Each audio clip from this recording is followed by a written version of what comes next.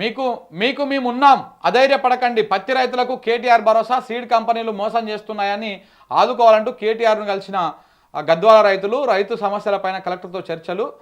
రైతు నష్టపోకుండా చూడాలని డిమాండ్.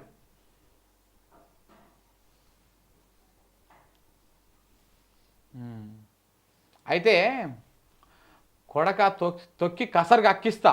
మందుల సామెల్ అంటే ఏమనుకుంటున్నారో.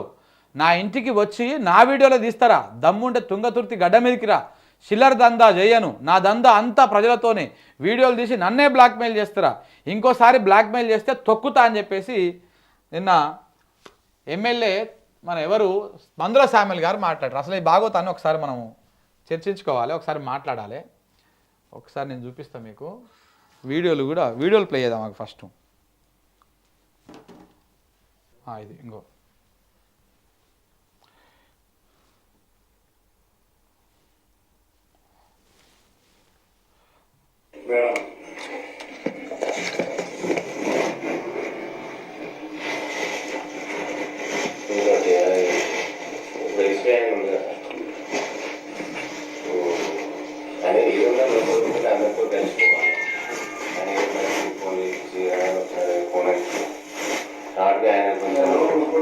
నా మర్యాద వాళ్ళకు తీసుకోలేమో మంచిది. నాతో మర్యాద తీసుకోకపోతే వాళ్ళు బేమర్యాద. అదే మీరు ఎవరైనా సంసారి చెప్పండి. ఎవరు సంసారి చెప్పండి. ఎవడో చుట్టూ చెప్పండి. ఎలా దాదాపు ₹1,00,00,000 కలిసి పెట్టి చేసి ఇక నా ముందే కట్టుకొని రేపు ఎన్నికల కూడా చెప్తాను. నేను బయటకు వెళ్తే రోజు ₹1,00,000 మరి ఇప్పుడు అయిపోతుంది. మామూలుగా తీసుకుని అది అయిపోయింది ధన్యవాడ విధంగా అయితే బండి దూరం బొమ్మ దగ్గర మీరు నడుచుకుని ముందుకు వెళ్తుంది. డబ్బుల్లో ట్యాంక్ చెప్తారు. నాకు నేనే ఇచ్చినాక మనోడు 50,000 ఇంత ముందుకే 50,000 కట్టుకుని అప్పుడే తక్కువ చేసాం. ఎక్కడ ఇస్తారు కదా 5,000 నేను నేను పరిచయం గట్టే ఉండదు పరిస్థితి. ఇట్లా చిన్న వచ్చి ఈ బక్కది కూడా ఉండేది నాకు ఎక్కడిది. ఏదైనా పుల్లు కొడితే అది మనకు రేపు వస్తుంది. కానీ ఇవన్నీ మన చిన్న కలిసి మెయింటెనెన్సే. నాకు డైలీ ఒక డీజిల్ ₹7,000 డీజిల్ వస్తాను. నాకు వచ్చే జీతం కూడా నేను లెక్క చూసినా తగ్గింది. ఎప్పుడు ఉండడు. నేను మన 50,000 కట్ట తీసుకొని పోయినా ఇంటికి వచ్చారు 5,000 నా ఆఖరి కూడా నేను లెక్క చూసినా. ఏమంటున్నాడంటే మందుల సామెల్ గారు ఆ మద్యం సిండికేట్లకు వెళ్ళి డబ్బులు వసూలు చేసే కార్యక్రమాన్ని పెట్టుకున్నాడంట. అది ఒకరు ఆ ఇంట్లోనే మందుల సామెల్ ఇంట్లోనే, మరి అంత తెలివి లేకుండా ఎట్లా ఉన్నాడో ఆయన నాకు తెలియదు. కానీ ఆ ఇంట్లోనే ఆయన మొత్తం వీడియో తీసిండు అంతా భాగవతం అంతా. పైసలు లేకపోతే ఎట్లా, వచ్చే ఎన్నిక ఇప్పుడు మనం సపోర్ట్ చేయకపోతే వచ్చే ఎన్నికల్లో మనం ఎట్లా పోటీ చేయాలి, పోటీ చేస్తామో చేయమో తెలియదు.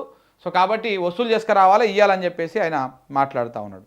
సో కాబట్టి అయితే ఈ వీడియో తీయించింది ఎవరు అంటే ఆయన ఒక ఆరోపణలు చేస్తూ ఉన్నాడు. ఈయన నా మీద ఇట్లా వసూళ్ళ దందా మీద ఇట్లా నన్ను నా ఇంటికి వచ్చి నా షాయ్ తాగి ఇట్లా నా మీద ఇది చేసిరు అని చెప్పేసి ఆయన కొంతమంది మీద ఆరోపణలు చేస్తున్నారు. చూడండి అది కూడా. ఈ వైన్ షాప్లో కూడా రావడం జరిగింది. ఇప్పుడు తెలుసు నాకు, ఎందుకంటే పక్కన నా ఇంట్లో వీడియో తీశారు కాబట్టి. అయితే నేను వాళ్ళతో మాట్లాడే సందర్భంలో మరి ఎవరు తీసిండో నాకు తెలియదు. నేను వాళ్ళు వస్తే నా ఇంట్లో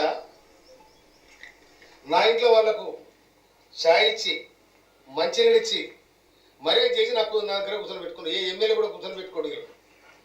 నా దగ్గర కూర్చొని పెట్టుకుంటే నేను ఛాయ్ ఇస్తే నా ఛాయలో ఇష్టం పోసి వాళ్ళే ఛాయ్ అయిపోయారు. ఇది తీన్మార్ మారిగాడు చేసిన లెక్క. ఇది వారి మనసులు ఇలా ఒక మందుల సామెల్ అంటోడు నిఖరసన ఉద్యమకారుణ్ణి ఇలా తుంగతుర్తి ప్రజలు నన్ను దీవించి ఈ విధంగా తెప్పించారు. నన్ను డ్యామేజ్ చేయడానికి, నా మీద బ్లాక్మెయిల్ చేసి నాతో డబ్బు తీసుకోవడానికి టీఆర్ఎస్తో కుమ్మక్కై నేనేమో లిక్కర్ దందా చేసినా, లేక భూముల దందా చేసినా, ఏం దందా చేస్తా నేను? నా దందంతా ప్రజలతోనే, నా జీవితం ప్రజలతోనే బతికినాను నేను. అందుకోసమని నాతో డబ్బులు లేని నాడు జనము మొన్న ఎన్నికల్లో నాకు సందారించి గెలిపించుకుని ప్రజలు. అటువంటి చిల్లర దందాలు నేను చేయను. కానీ చిల్లరేషాలు వేసి తీర్మార్ మల్లన్న టీముతోని వీడియో తీపిచ్చి వదిలినంట వదిలితే అది నేను కాదు అని చెప్పట్లేదు. ఆయన ఏం చెప్తున్నాడు, నేను కాదు అని చెప్పట్లేదు, నా ఇంట్లోకి వచ్చి నా షాయ తాగి నాకు విషం పోసిపోయారు అని చెప్తున్నాడు. అంటే మీరు చేసే దందా నిజమైన ఒప్పుకుంటున్నట్ట ఈ లెక్కన. ఈడ సామెల్ గారు మీరు ఆవేశంలో అన్ని వాస్తవాలు చెప్పేస్తూ ఉన్నారు. మన ఇసుక దందా విషయంలో కూడా నాకేం తెలియదు అంటారు, మొత్తం ఆడ ఇసుక ఏరులై పారుతూ ఉన్నది ఇసుక దందా. మరి నువ్వు చేయకపోతే ఎవరు చేస్తూ ఉన్నారు? ఇది రెండో దందా. అట్లా ఇసుక దందా విషయంలో అట్లనే ఒకసారి దొరికిపోయారు. మొత్తం ఏడ చూసినా కానీ లారీలు, ట్రాక్టర్లు, పెద్ద పెద్ద జేసీపీలు పోయి ఇసుక తోడి అమ్ముకుంటా ఉన్నారు. ఇప్పుడు మందు లిక్కర్ దందా వ్యవహారంలో కూడా మీరు క్లియర్గా దొరికినట్టు తెలుస్తూ ఉంది. అది నేను కాదు అని చెప్పట్లేదు ఆయన. నా ఇంటికి వచ్చి ఛాయ్ తాగిపోయి నువ్వు మాట్లాడేది నువ్వే కదా, నీ వాయిసే కదా క్లియర్ వినపడతా ఉన్నది. పైసలు కావాలి, ఖర్చులు సరిపోతలేవు, వచ్చే జీతం ఏం సరిపోతలేదు, మస్తు ఖర్చు పెట్టినాం, అవన్నీ కావాలి, మళ్ళీ వచ్చే ఎన్నికల్లో పోటీ చేస్తానో చేయనో, ఇవన్నీ మాట్లాడేది మీరే కదా.